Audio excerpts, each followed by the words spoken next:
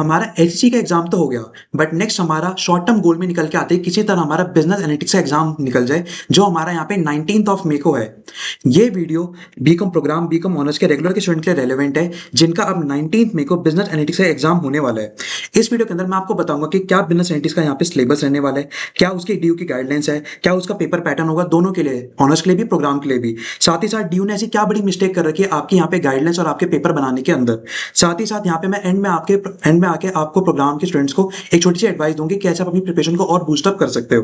तो चलो इस वीडियो को स्टार्ट करते हैं। सबसे पहले हमें ये पता होना चाहिए कि जो हमारा यहाँ पे बिजनेस एनालिटिक्स का एग्जाम 19th ऑफ मे को होगा रेगुलर के स्टूडेंट्स के लिए, वो यहाँ पे मेरा 60 मार्क्स का होगा एंड उसकी टाइम ड्यूरेशन होगी वो यहाँ पे 2 आवर्स की होगी। अगर मैं इस वीडियो के अंदर आगे चलूँ तो सबसे पहले हम डिस्कस करेंगे इसका सिलेबस क्या रहने वाला है। हमारे सिलेबस का टोटल 5 यूनिट्स है, unit 1, unit 2, unit 3, unit 4 and unit 5। अब इस 5 यूनिट के अंदर जो हमारी गाइडलाइंस है उसके अकॉर्डिंग हमें ये पता चलता है कि हमें यूनिट 2 बिल्कुल भी नहीं करके जानी है। तो हमारे पास यहाँ पे कितनी बची, यहाँ पे यूनिट 1 करके जानी है, यूनिट 3 करके जानी है, यूनिट 4 करके जानी है एंड यूनिट 5 करके जानी है। मतलब ये थ्योरी एग्जाम के लिए सिर्फ 4 यूनिट ही पढ़ के जानी है। इसकी क्या मार्क्स की वेरिफिकेशन रहेगी, यूनिट 1 मेरी 15 नंबर की आएगी, यूनिट 3 मेरी यहाँ पे 10 नंबर की आएगी, यूनिट 4 मेरी यहाँ पे 10 नंबर की आएगी एंड यूनिट 5 मेरी यहाँ पे 25 नंबर की आएगी। अब बात करते हैं कि यहाँ पे मैंने सिलेबस तो बता दिया, साथ ही गाइडलाइंस बता दी। अब बात करते हैं कि मेरा यहाँ पे पेपर पैटर्न क्या रहेगा। अभी तक क्या है, ड्यू के अंदर यहाँ पे एक ही बार बिजनेस एनालिटिक्स एग्जाम हुआ है, जो आपका 2025 में मई जून के अंदर हुआ था ऑनर्स प्रोग्राम के लिए। एक ही बार हुआ है, तो यहाँ पे एक ही पेपर यहाँ पे मेरे पास यहाँ पे अभी है। सबसे पहले हम बात करेंगे इसकी। और सबसे पहले मेरे पास यहाँ पे पेपर निकल के आता है बीकॉम ऑनर्स का। बीकॉम ऑनर्स में क्या है, यहाँ पे 2 घंटे का इसका एग्जाम होगा, 60 मार्क्स का इसका पेपर है। अब इसके अंदर क्या है, जो भी आपका पहला क्वेश्चन होगा, पहले क्वेश्चन आपका यूनिट 1 से आएगा, जिसके अंदर आपके यहाँ पे ट्रू फॉल्स पूछे जाएंगे। अब ट्रू फॉल्स में क्या है, आपके पास यहाँ पे 5 ट्रू फॉल्स दे रखे होंगे, जो आपके 3 नंबर का एक होगा। तो टोटल आपके यहाँ पे 15 नंबर हो गए। अब यहाँ पे जो 3 नंबर का एक ट्रू फॉल्स है, तो हमें ये पता चलता है कि यहाँ पे मुझे एक प्रॉपर यहाँ पे जस्टिफाइड आंसर भी देना पड़ेगा, प्रॉपर रीजनिंग देनी पड़ेगी। ये नहीं कि सिर्फ ट्रू फॉल्स लिख दूंगा तो मेरे को यहाँ पे मार्क्स मिल जाएंगे, मुझे यहाँ पे प्रॉपर रीजनिंग भी देनी पड़ेगी साथ साथ में। तो पहला क्वेश्चन मेरा यहाँ पे यूनिट 1 से हो गया। अब आगे क्या निकल के आता है, अब आते हैं सेकंड क्वेश्चन के ऊपर। सेकंड क्वेश्चन क्या है, सेकंड क्वेश्चन भी मेरा यहाँ पे ए पार्ट है और यहाँ पे और में बी और सी पार्ट है। अब ये भी क्या है, ये दोनों क्वेश्चन भी मेरे यहाँ पे यूनिट 1 से रिलेट करते हैं। अभी हमने पीछे देखा था कि यूनिट 1 मेरी यहाँ पे 15 नंबर की आएगी। देखो यहाँ पे अगर हम देखें तो यहाँ पे यूनिट 1 क्या लिखा था कि 15 नंबर की आएगी, पर यहीं पे क्या हुआ, अगर मैं यहाँ पे इनका टोटल लगाऊं तो यहाँ पे 15 नंबर तो ये हो गए और 15 नंबर यहाँ पे ये हो गए, तो इसके यहाँ पे 30 नंबर की तो यूनिट 1 ही होगी यहाँ पे। तो इन्होंने ड्यू ने ऐसी ऐसी बड़ी बड़ी मिस्टेक कर रखी है आपके पीवाईक्यू यहाँ पे बनाने में। गाइडलाइंस में कुछ लिखा है, पर पीवाईक्यू में जो इन्होंने बनाए थे पिछले साल, उसमें इन्होंने यहाँ पे बिल्कुल ही चेंज कर रखा है। अब आगे चलेंगे, आगे क्या है, क्वेश्चन नंबर 3। क्वेश्चन नंबर 3 में क्या है, जो आपका 3 का ए वाला पार्ट है, ये आपका यूनिट 2 से रिलेट करता है। अब यूनिट 2, अभी तो मैंने आपको बताया कि यूनिट 2 पढ़नी नहीं है, पर इन्होंने पेपर के अंदर वो भी डाल दी, यूनिट 2 से रिलेटेड भी क्वेश्चन भी। देखो क्या आता है, इसका ना डैशबोर्ड वगैरह के बारे में बताना था, उसके फीचर, उसके role of and data visualization platform के बारे में बताना था।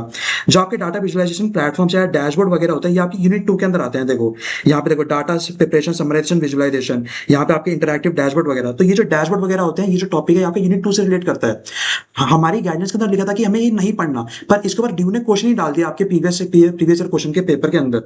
अब इसके अंदर क्या, आगे चलते हैं। हमारा पे थर्ड क्वेश्चन जो यहाँ पे यूनिट 2 से आया हुआ है, ए और बी पार्ट। अगर मैं इसके और वाले पार्ट की बात करूँ तो यूनिट 1 में क्या है, यहाँ पे जो सी पार्ट है ये यूनिट 1 से आया हुआ है एंड डी पार्ट मेरा यूनिट 5 से आया हुआ है। तो यहाँ पे जो सी पार्ट है, मतलब एक और क्वेश्चन मेरा यहाँ पे यूनिट 1 के ऊपर बेस्ड होकर आया हुआ है।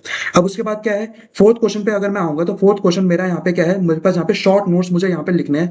यहाँ पे मेरे पास 4 पार्ट दे रखे होंगे, a b c and d, तो इसमें से मुझे कोई भी 3 करने हैं। अब इसके अंदर भी क्या है, जो पहला पार्ट है ये भी मेरा यूनिट 1 से है, जो बी पार्ट है मेरा यूनिट 5 से है, सी पार्ट मेरा यूनिट 1 से है एंड डी पार्ट मेरा यहाँ पे यूनिट 5 में से है। पूरे पेपर के अंदर जो यूनिट आनी थी, मतलब कि आपकी 3 और 4 यूनिट भी आनी थी, वो उसके बारे में एक भी क्वेश्चन आपके पेपर में नहीं है। क्या पूछा गया है, जो नहीं आना था वो यहाँ पे इन्होंने पूछा गया, और जो आना था वो इन्होंने बिल्कुल भी पूछा ही नहीं है। पूरे पेपर में सिर्फ आपकी यूनिट 1 है, यूनिट 5 है एंड यूनिट 2 के बारे में इन्होंने पूछ रखा है, और मेजोरिटी पार्ट के ऊपर इन्होंने क्या है, यूनिट 1 से क्वेश्चन पूछ रखे हैं। यहाँ पे देखो, यहाँ पे यूनिट 1 का क्वेश्चन हो गया, यहाँ पे यूनिट 1 का क्वेश्चन हो गया। अगर आप ये दोनों पार्ट को अटेम्प्ट करोगे तो यहाँ पे क्या हुआ, यहाँ पे आपके 10 नंबर तो यहीं पे हो गए, उसके बाद 10 नंबर का यहाँ पे आ गया, 20 नंबर हो गए। उसके बाद यहाँ पे ये देखो यूनिट 1 का तो 15 नंबर यहाँ पे हो गए, 35 मार्क्स आपके यहाँ पे हो गए, 35 में से फिर 15 नंबर यहाँ पे हो गए। तो आपका यहाँ पे मोटा मोटी 50 to 55 मार्क्स का पेपर निकल गया, जो आपका यूनिट 1 से ही है।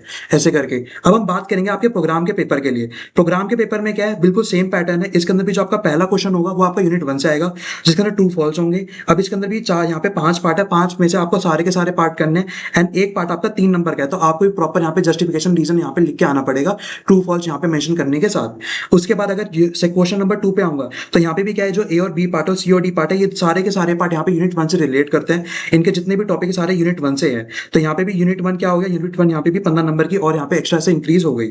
उसके बाद क्या, जो आपका क्वेश्चन नंबर 3 है, यहाँ पे ए पार्ट आपका यूनिट 1 से एंड बी पार्ट आपका आता है यूनिट 2 से, क्योंकि इसके अंदर भी डैशबोर्ड वगैरह के बारे में पूछ रखा है, तो डैशबोर्ड वगैरह आपका यूनिट 2 में से आता है। अब देखो यहाँ पे फिर से क्या हुआ, प्रोग्राम के पेपर में भी, ऑनर्स के पेपर में जो था वो तो था, प्रोग्राम के पेपर के अंदर भी इन्होंने क्या करा कि यूनिट 2 में से क्वेश्चन नहीं आना था, पर वहां से इन्होंने क्वेश्चन डाल दिया। जो आपका सी पार्ट है कि discuss various graphical tools used for data visualization in business analytics, तो ये भी आपका यूनिट 2 से रिलेट करता है। डी पार्ट में क्या यूनिट 5 से आया हुआ है। फोर्थ क्वेश्चन में आएंगे तो यहाँ पे भी हमें शॉर्ट नोट्स लिखना है, शॉर्ट नोट्स में भी कोई भी हमें यहाँ पे 3 करने हैं 4 में से। अब इसके अंदर भी क्या है, पहला पार्ट यूनिट 5 से, दूसरा पार्ट भी यूनिट 5 से, तीसरा चौथा पार्ट आपका यहाँ पे क्या यूनिट 5 से और यूनिट 1 से। तो यहाँ पे क्या हुआ, यहाँ पे भी जो मेजोरिटी पार्ट है यूनिट 3 और यूनिट 4 से तो कुछ पूछा ही नहीं गया। मेजोरिटी पार्ट के अंदर आपका यहाँ पे यूनिट 5 से पूछा गया, यूनिट 1 से पूछा गया एंड यूनिट यहाँ पे 2 से पूछा गया है। तो हमें यहाँ पे ये पता चलता है कि हमें यहाँ पे मोस्ट, यहाँ पे जो सबसे पहले जो यूनिट प्रिपेयर करनी है, सबसे पहले हमें यूनिट 1 प्रिपेयर करनी है, चाहे मैं ऑनर्स का हूँ चाहे मैं प्रोग्राम का हूँ। जब मैं आगे बढ़ूंगा, जब मेरी यूनिट 1 अच्छे से प्रिपेयर हो जाएगी बिल्कुल अच्छे तरीके से, क्योंकि मुझे ट्रू फॉल्स के पर्सपेक्टिव से भी मुझे यहाँ पे यूनिट 1 को प्रिपेयर करना है। जब मेरी यूनिट 1 प्रिपेयर हो जाएगी, उसके बाद मैं अपनी यूनिट 5 को उठाऊंगा, यूनिट 5 प्रिपेयर होने के बाद फिर मैं अपनी यूनिट 2 को उठाऊंगा एंड में आते आते मैं अपनी यूनिट 3 भी करूंगा, यूनिट 4 भी करूंगा। अब इसके अंदर क्या है, अब आपको ये लगेगा कि यार मैं यूनिट 2 पढ़ूंगी क्यों, क्योंकि वो तो यहाँ पे गाइडलाइंस में मेंशन है कि आएगी नहीं, पर यहाँ पे कुछ भी यहाँ पे प्रिडिक्ट नहीं कर सकती कि क्या होगा क्या नहीं होगा। तो आपको यहाँ पे यूनिट 2 भी अच्छे से थोड़ा सा पढ़ के जाना है ऊपर ऊपर से, कि हाँ भाई यूनिट 2 से अगर कोई क्वेश्चन आया है और मेरे पास यहाँ पे कोई ऑप्शन ना हो कि मैं उसको एलिमिनेट कर पाऊँ, तो मैं उसको क्वेश्चन को अटेम्प्ट कर सकूँ यहाँ पे। इतना आपको समझ में आ गया। अब एंड में मैं प्रोग्राम के स्टूडेंट्स को एक बात और कहना चाहूंगा। अब इसके अंदर क्या, प्रोग्राम के स्टूडेंट्स अगर हम पे ध्यान देंगे, अगर ऑनर्स के बच्चे हैं, ऑनर्स का पेपर तो सुबह होता है 9 बजे, जो प्रोग्राम के स्टूडेंट्स हैं उनका पेपर यहाँ पे 2:30 बजे होता है, जो यहाँ पे दोपहर के अंदर होता है। तो अगर इसके अंदर मैं आपको दिखाऊं, मोटा मोटी आपका जो ऑनर्स के पेपर में सुबह यहाँ पे पेपर आया था, वो उसमें से 38.5 मार्क्स का पेपर, अगर आप उस पेपर को देखते पढ़ते, उसी पेपर को पढ़ के चले जाते, 38.5 मार्क्स का paper as it is program के अंदर भी आया हुआ है। ये देखो, अगर मैं आपको ऑनर्स का पेपर दिखाऊं, ऑनर्स के पेपर में ये क्वेश्चन देखो, सबसे पहले ट्रू फॉल्स का, data driven decision making is an essential part of business analytics, ये क्वेश्चन और ये पढ़ो, business intelligence and business analytics means the same thing. अब आ जाओ प्रोग्राम के पेपर के अंदर, बिल्कुल एज इट इज सेम यहाँ पे पार्ट दे रखा है, data driven decision making is an essential part of business analytics and यहाँ पे business intelligence and business analytics means actually the same thing, मतलब बिल्कुल as it is same question. उसके बाद explain various types of data in business analytics, difference between analytics and data analytics. तो ये देखो यहाँ पे क्या हुआ, यहाँ पे देखो, बट डू वी मैं बिजनेस एनालिटिक्स डेटा एनालिटिक्स बता दिया, यहाँ पे various categories of data analytics, difference between business analytics and data analysis. तो यहाँ पे देखो, यहाँ पे क्या है, बिल्कुल as it is same question यहाँ पे आए हुए हैं। आगे चलोगे, discuss various graphical tools use for data visualization business analytics, briefly explain the various assumptions of linear regression. नीचे यहाँ पे structure and unstructured data and उसके बाद यहाँ पे बी पार्ट भी आ गया। उसके बाद देखो, अगर आप आगे आओगे, यहाँ पे भी क्या है, यहाँ पे भी इसके अंदर discuss various graphical tools use for data visualization in business analytics and briefly explain the various assumptions of linear regression। यहाँ पे भी क्या है, ये देखो, यहाँ पे बी पार्ट बिल्कुल सेम हो गया। उसके बाद स्ट्रक्चर एंड अनस्ट्रक्चर्ड डेटा भी यहाँ पे सेम हो गया। तो मोटा मोटी ये कहा जाता है यहाँ पे कि जो भी ऑनर्स के अंदर जो पेपर आया है बिजनेस एनालिटिक्स का, अगर प्रोग्राम के बच्चे वो भी पढ़ के चले जाएंगे ना, तो 38.5 मार्क्स का तो यहाँ पे मैच हो रहा है एक तरीके से। तो यहाँ पे आप अच्छे से उसको और अपनी प्रिपरेशन को बूस्ट अप कर सकते हो। ऐसा नहीं कि अभी भी जो होगा कि 38.5 मार्क्स का पेपर ही सेम ही आएगा इस बार भी, ऐसा नहीं है। पर पिछली बार क्या था, पिछली बार ऐसा हुआ था। तो ऐसे चांसेस है कि कुछ क्वेश्चन है, चाहे कम हो, पर कुछ क्वेश्चन हो सकते हैं जो बिल्कुल एज इट इज सेम है। तो यहाँ पे आपको उनका ध्यान रखना है कि जब भी अगर ऑनर्स का पेपर हो जाए, हम अपनी कम्युनिटी पे भी अपडेट कर देंगे। जब भी ऑनर्स का पेपर हो जाएगा, उसके कुछ देर बाद ही हम अपनी कम्युनिटी पे वो पेपर शेयर भी कर देंगे। तो आप वहां से प्रोग्राम के स्टूडेंट जो है वो यहाँ से उस पेपर को देख सकते हैं एंड वहाँ पे उसको प्रिपेयर भी कर सकते हैं, ताकि उनकी और अच्छी प्रिपरेशन हो जाए, उनके और अच्छे मार्क्स आए, वो 60 में से अब 55 यहाँ पे अपने वो स्कोर कर सके।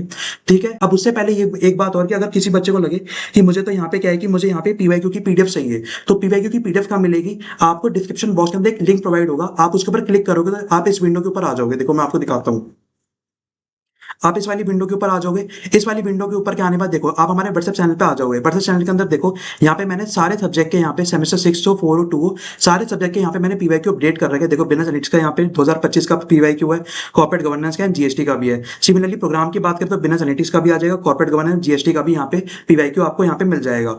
अगर आपके पास क्या है कि अगर आप लिंक पे क्लिक करते हो, लिंक पे क्लिक करने के बाद अगर आपके पास ऐसी विंडो ओपन होकर आती है, तो इसमें क्या करना है, आपको यहाँ पे फिर से यहाँ पे फर्स्ट लिंक पे क्लिक करना है। तो आपका यहाँ पे ऑटोमेटिकली यहाँ पे हमारा चैनल खुल के आ जाएगा। तो यहाँ पे आपको कुछ नहीं करना है, यहाँ पे अगर आप पे ये वाली विंडो खुल के आती है तो आप यहाँ पे दोबारा से फर्स्ट वाली लिंक पे क्लिक करना, तो आपकी हमारे यहाँ पे विंडो खुल के आ जाएगी एंड उसमें आप हमारे व्हाट्सएप चैनल पे ज्वाइन हो जाओगे। यहाँ पे आपको सारे तरह के पीवाईक्यूज यहाँ पे मिल जाएंगे जितने भी आपके एनईपी के अंदर हुए हैं।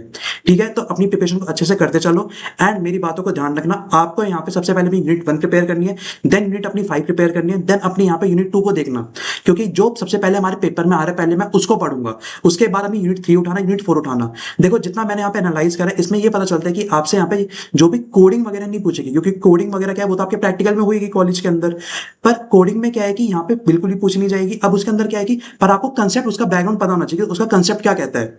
जितना मेरे को लगता है कि अगर कोई क्वेश्चन है कि आपका यहाँ पे कंडीशनल फोर्स को एक्सप्लेन करो, तो उसके अंदर हो सकता है आपसे हल्का सा एग्जांपल पूछ सकता है, पर ये नहीं बोल सकते प्रॉपर कोडिंग लिख के दिखाओ या कोई प्रैक्टिकल टाइप का आपसे क्वेश्चन होगा। उसके अंदर ये है कि आपको ध्यान रखना है कि आपको एक पीछे का बैकग्राउंड का कंसेप्ट पता होना चाहिए कि मेरे को ऐसे यहाँ पे कंडीशन कंट्रोल फ्लोज के अंदर ऐसे ऐसे कंसेप्ट लगते थे, इस तरह की हल्का सा एग्जांपल बना के आ सकता हूँ, तो यहाँ पे आपका काम बन जाएगा।